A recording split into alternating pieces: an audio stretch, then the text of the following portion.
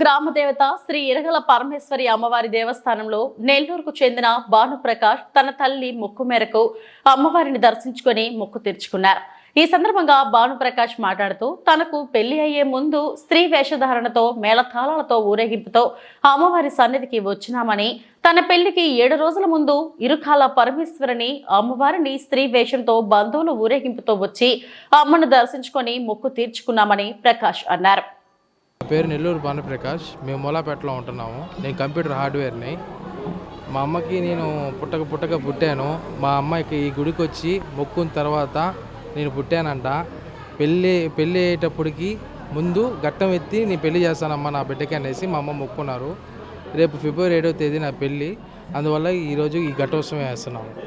నాకు తెలిసినంతవరకు ఇక్కడ ఇంతవరకు ఎవరు చేయలేదు. ఫస్ట్ నేనే వేయటము. ఇరగాలమ్మకి ఫస్ట్ నేనే వేయటం ఇదే ఫస్ట్ నాదే. నాకు 4 సంవత్సరాల పిల్లలు లేరండి. అందుకని అమ్మవారికి మొక్కున్నాక నాకు బాబు పుట్టాడు. నా బిడ్డ పెద్దోడైతే నేను ఘటమెత్తుతాను మొక్కున్నాను.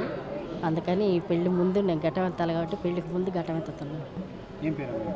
సులోచన.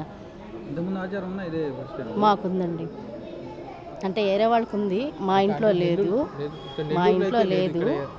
నాకంటే మా పెద్దమ్మోళ్ళు వాళ్ళు చేసేవాళ్ళు, వాళ్ళది నేను మొక్కుకున్నాను. ఒకరి పెళ్ళికి వెళ్ళాను, మా వాళ్ళ పెళ్ళికి. ఆడ మొక్కుకొని వచ్చాను నేను.